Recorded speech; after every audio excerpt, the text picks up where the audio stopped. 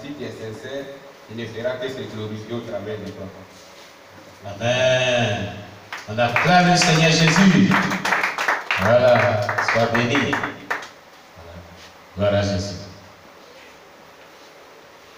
Alléluia. Amen. En ce qui concerne le premier message, ce que j'ai compris, c'est que nous adorons un Dieu qui est saint. Et le Dieu saint, là, dans sa sainteté, il y a l'ordre, il y a la discipline. Le Dieu que nous adorons est un Dieu qui est vraiment ordonné et discipliné. Il n'est pas vraiment discipliné dans la vision de Dieu, il n'est pas vraiment ordonné. Vraiment, ça sera difficile pour toi d'éviter le royaume des cieux.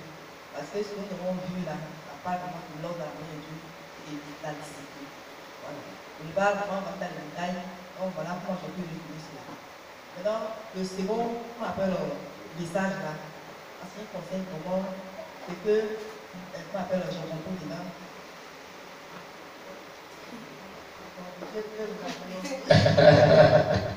On acclame le Seigneur Jésus-Christ. Amen. Voilà, que Dieu soit loué. Voilà une dernière personne. Les sœurs Zélie. Ah, elle s'est rappelée maintenant. Ah, c'est ça, il y a l'inspiration. Bon, la partie qui m'a marqué, c'est que quand le pasteur a posé la question, c'est que comment demander le nombre d'années de conversion. Beaucoup n'ont pas pu lever la main parce que vraiment, tu es converti 2 ans, 1 an, et là toujours au stade de l'église. Donc, ce qui veut dire que quand nous sommes chrétiens, nous devons à l'église, nous devons chercher à grandir spirituellement, à croître et à l'activité spirituelle. Nous ne pouvons pas nous chercher à développer des enfants petits. Oui. Voilà, c'est là vraiment très important dans la vie chrétienne parce que, voilà, imagine, tu es converti pendant 15 ans, tu n'as pas les fruits. 2 ans, 3 ans, tu n'as rien fait dans la maison de Dieu. Même pas évangéliser une âme, tu ne peux pas porter un message, tu ne peux pas exhorter, comment on appelle un fidèle, même pas aborder même un païen. Pourquoi moi le convaincre dans la présence de Dieu? C'est pourquoi tout à l'heure, quand le pasteur a posé la question, combien d'années tu es converti, s'il est bon, vraiment, petite année, et quel moment tu ne peux pas lever la main. Or, en réalité, il y a beaucoup, ça fait longtemps, qui viennent de la main de Dieu. Donc, ce que moi j'ai compris, c'est que quand tu es un enfant de Dieu, quand tu fais tes premiers pas dans le Seigneur, cherche à grandir. Ne cherche pas à rester là. Toujours t'aider là comme un enfant spirituel. Donc, quand tu viens dans la main de Dieu, comment tous les messages que tu donnes, que tu entends, que tu fais du bien là, mets cela en application. Cela vraiment va t'amener vraiment à grandir. Amen. Vous voyez, ce qui fait grandir les chrétiens, c'est notre foi qui doit croître. La Bible dit la foi vient de ce qu'on entend, et ce qu'on entend vient de la parole du Seigneur. Vous voyez? Donc c'est la parole de Dieu qu'on vous enseigne, qui va vous amener la croissance et la maturité spirituelle, pour que vous puissiez vraiment vous reproduire quand vous la mettez en pratique. C'est ça. Alléluia. Il y a un agent du diable qui est venu tomber sur moi ici. Il faut le brûler. C'est jamais. Parce que ça nous a dit, les insectes peuvent passer maintenant pour attaquer les hommes de Dieu, les chrétiens. Comment ils se retrouvent ici? Ils se font. Amen. Donc, c'est ça. S'il y a plus quelqu'un d'acclame le Seigneur Jésus. Ah oui. Ça c'est un miracle. Acclamez le Seigneur Jésus.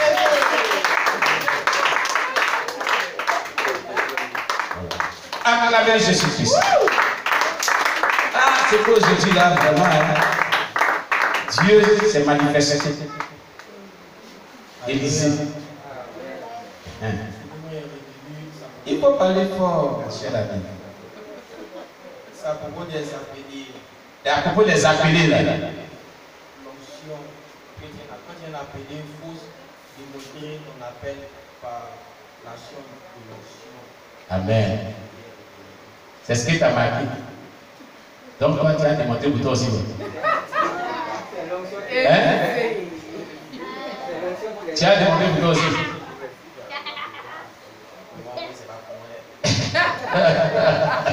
On acclame le Seigneur Jésus-Christ. Alléluia. Oh, mais c'est pas possible. Que Dieu soit loué. Gloire à Jésus. La paix du Seigneur soit sur vous. Pasteur, tu as quelque chose à dire? Voilà. On va laisser étendre vraiment l'homme de Dieu. On va nous dire au moins quelque chose. Bien. Alléluia. Jésus-Christ est vivant. Jésus-Christ est vivant. Vous avez oublié déjà. Jésus-Christ est vivant. Il est ressuscité, on s'élève. Jésus-Christ est vivant. Il est ressuscité. Jésus-Christ est vivant. Il est ressuscité. Dieu soit loué pour nous asseoir dans la présence de Dieu. On bénit le Seigneur pour ce qui se passe ici. Alléluia. Dieu est à l'œuvre ici. Dieu est avec son serviteur. Amen. Et nous avons le devoir de soutenir une telle œuvre. Alléluia. Ce que moi je retiens dans tout ce qui a été dit, l'apôtre a parlé de la discipline. Alléluia. Gloire à Jésus. Vous savez, il y a des choses souvent que nous ne considérons pas comme péché, mais qui peuvent nous envoyer en enfer. Alléluia. C'est des petits détails. Amen. Le fait même de ne pas aimer ton frère, c'est un péché. Et c'est un péché grave. Le fait de ne pas aimer. Alléluia. Le fait de ne pas pardonner à quelqu'un. Jésus a dit pardonnez afin que vous soyez pardonnés. Souvent on garde des rancœurs. Souvent on n'arrive pas à aimer les gens. Même les pécheurs, il faut les aimer parce que Dieu a aimé tout le monde. Si tu n'aimes pas quelqu'un, tu ne peux pas lui apporter l'évangile. Mais c'est des choses, des erreurs que nous commettons souvent et qui même font blocage même à l'avancement de l'œuvre de Dieu. Alléluia. Et dans le deuxième message, ce que je retiens, c'est que sans la maturité, nous ne pouvons pas avoir accès à notre héritage. Alléluia. Ça c'est Galates 4, verset 1 qui le dit. Or, Galates 4, verset 1. Or, qui a sa Bible? Galates 4, verset 1. Rapidement. Père Gédéon, viens prendre le micro. Rapidement. Or, aussi longtemps, comme un soldat. Or, aussi longtemps que l'héritier est enfant, Oui. je dis qu'il ne diffère en rien d'un esclave, quoiqu'il soit le maître de tous. Alléluia. Or, aussi longtemps que l'héritier est enfant, il ne diffère en rien d'un esclave. On ne donne pas l'héritage aux enfants. On attend qu'il soit mature. Alléluia. Avant de lui donner son héritage. C'est pourquoi il est important pour chacun de nous de chercher à grandir, de chercher à arriver à la maturité. Si nous voulons que l'héritage que le Seigneur nous a donné, l'héritage d'Abraham, nous sommes de la race d'Abraham, l'héritage d'Abraham, si nous voulons que cet héritage se manifeste dans notre vie, il nous faut aller à la maturité. Pour chercher à grandir. Quand on vient à l'église, on doit chercher à grandir dans le Seigneur. Amen. Si tu ne cherches pas à grandir, tu seras manipulé par des faux prophètes. La Bible dit prenez garde que personne ne fasse de vous sa proie. Alléluia. Ce sont les chrétiens immatures qui font la richesse des faux prophètes aujourd'hui.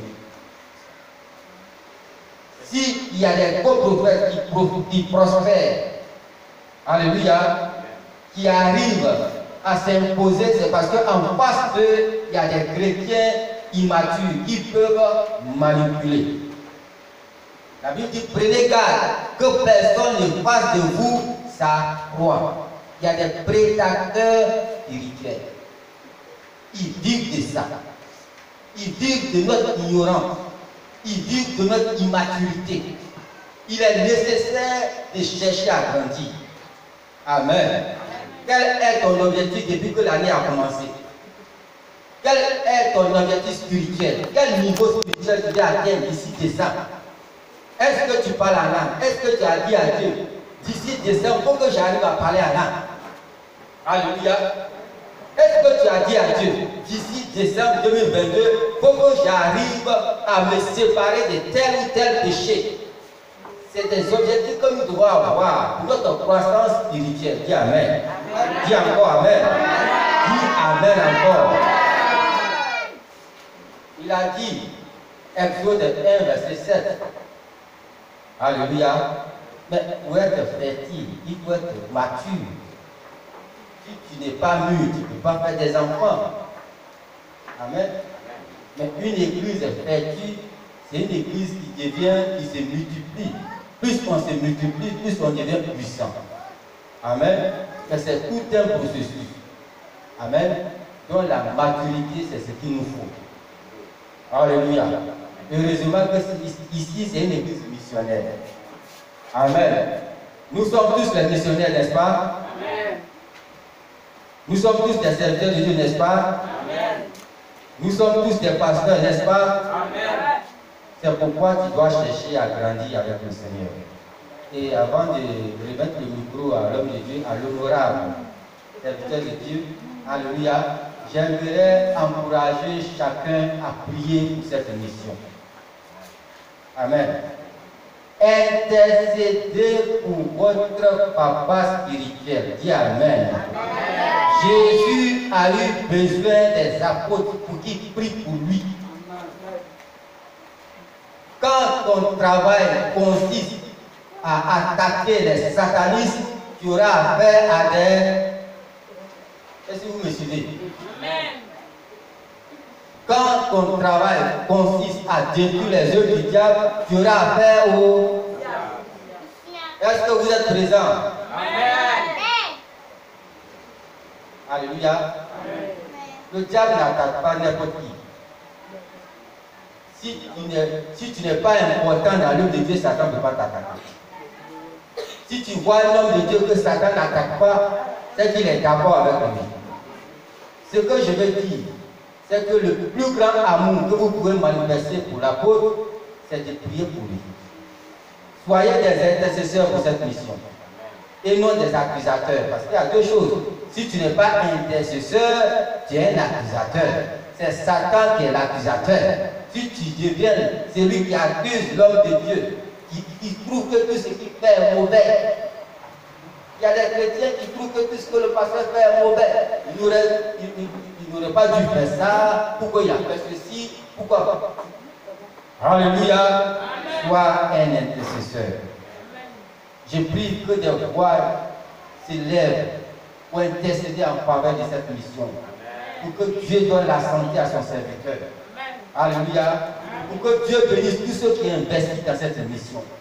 Alléluia. Tous ceux qui prennent de leur argent pour soutenir cette œuvre. Que la bénédiction de Dieu s'attache à leur vie. Afin qu'ils soient encouragés.